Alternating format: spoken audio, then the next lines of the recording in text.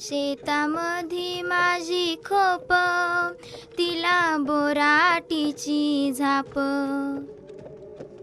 तिथं राबतो कष्ट तो, माझा शेतकरी बाप. ही म्हणून दावायला शाळेतनं तडकीकडं आली का ग तू? आणि काय लिहिलंय तुमच्या पुस्तकात आम्हा शेतकऱ्यांबद्दल? माझा बाप शेतकरी, उभ्या जगाचा पोशिंदा. आबा, मी मोठी झाल्यावर शेतकऱ्याबरोबरच लगीन करीन. शेतकऱ्यासंग लगीन कराय तुला शाळेत घातलंय का?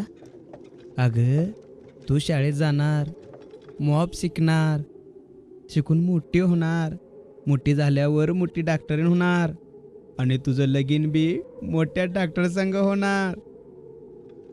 पण आबा, शेतकरी तर समजा जगाचा पोशिंदा असतोय ना, तुमच्यासारखा. अगं उभ्या जगाचा पोशिंदा कित्यांदा उपाशी झोपतो हे तुला कुठं माहित आहे लेकरा?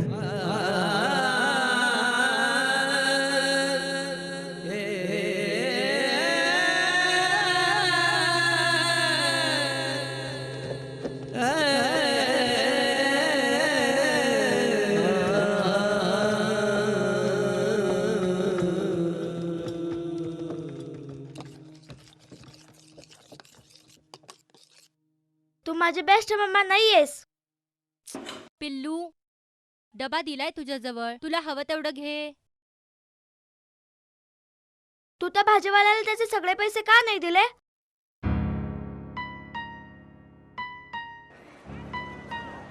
मेथीची भाजी कशी? 15 रुपये. 2 कशा देणार? द्या की 25. काय मामा, किती जास्त सांगताय? 20ला द्या 2 आणि वाटाणा पण द्या अर्धा किलो 20ला. माऊली एवढं कमी होतंय वय? वाटाणा 30 रुपयाला अर्धा किलो आहे. 25 रुपये तरी द्या. नाही मामा, 20च बरोबर आहे. तुम्ही सांगतानाच जास्त सांगताय. नाही परवडत माऊली एवढं. ठीक आहे, मग राहू द्या. हो माऊली, या इकडं या.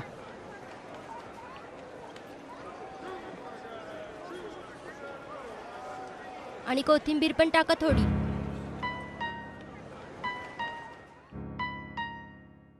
अरे, खरेदी करताना अशीच करायची असते बाळा.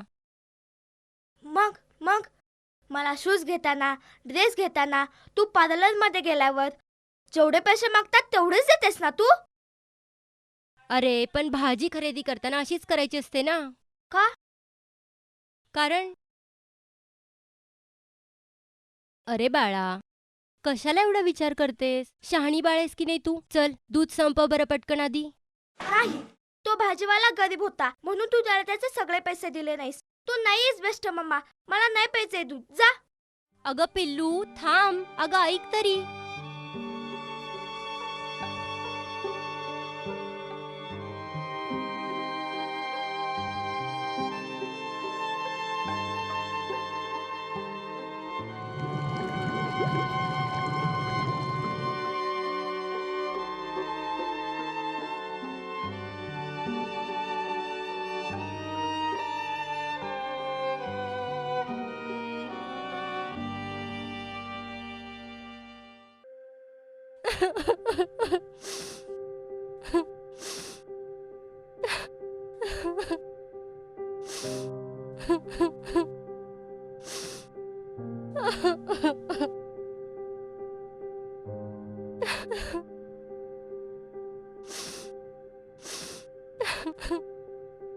नाही शिकणार मी आता. नाही करायचंय मला कॉलेज. आयुष्यभर माझ्या मनात हाच गिल्ट राहणार आहे की की माझ्या शिक्षणामुळे आबांना स्वतःला संपवावं लागलं. फक्त एकदा जर त्यांनी मला सांगितलं असतं की पैशांची अडचण आहे तर नसती भरली मी फी, नसतं केलं कॉलेज. फी भरली नसती म्हणून मेले तर नसते ना. मग काय गरज होती आबांना असं करायची?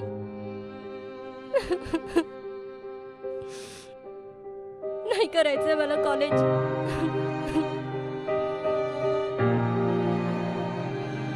आशा, तुझ्या वडिलांनी हा निर्णय घ्यायला नको होता, पण आता ह्या सगळ्या गोष्टी आपल्या हातातून निसटून गेल्या आहेत. पण तुझ्या शिक्षणामुळे त्यांनी आत्महत्या केली असं तू मुळीच विचार करू नकोस. तुझ्या शिक्षणासाठी त्यांनी आत्महत्या केली हे लक्षात ठेव.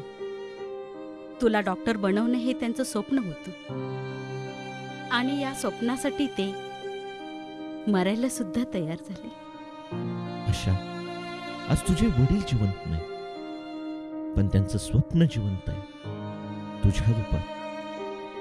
त्या स्वप्नांना जिवंत ठेवायचंय, ते पूर्ण करायचंय का मध्येच मारून टाकायचंय, हे सगळं तुझ्या हातात आहे.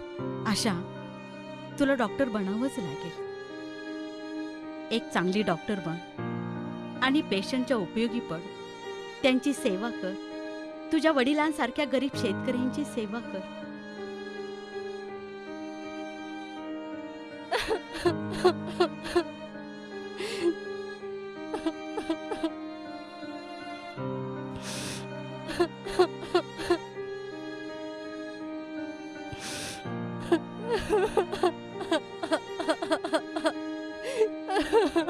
आबा.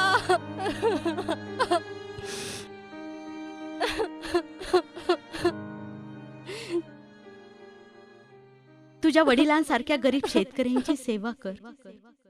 तुझ्या वडिलांसारख्या गरीब शेतकऱ्यांची सेवा कर. तुझ्या वडिलांसारख्या गरीब शेतकऱ्यांची सेवा कर. मी एवढी कृतज्ञ कशी होऊ शकते?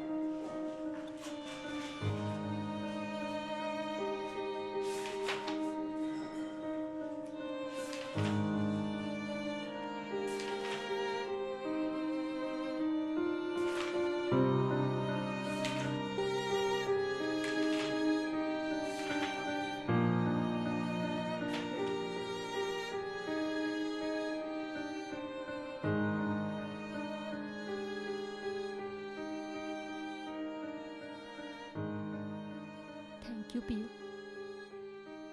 मला जाणीव करून दिल्याबद्दल.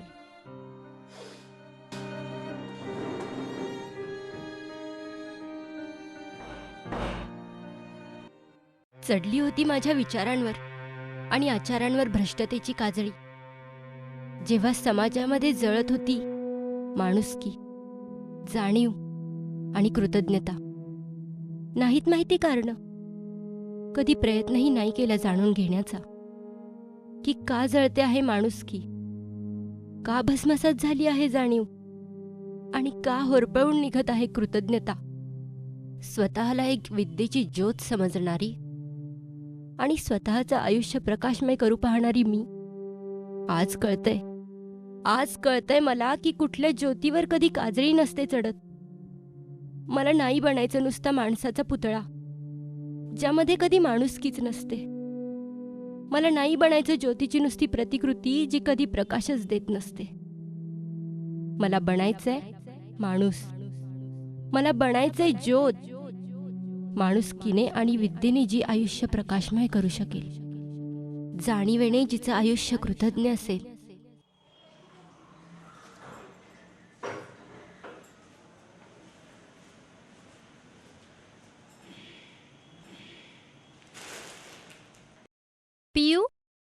हे बघ काय आहे.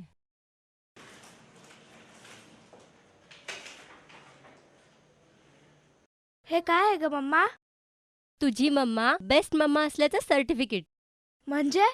म्हणजे तुझ्या मम्माने एवढे पैसे गरीब शेतकऱ्यांना मदत म्हणून दिलेत.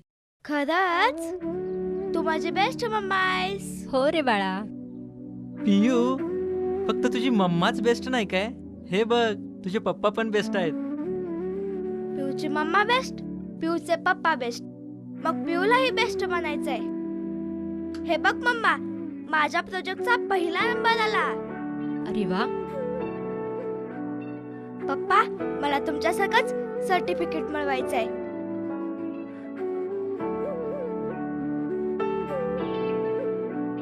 तुला तुझा प्राइस मनी शेतकऱ्यांसाठी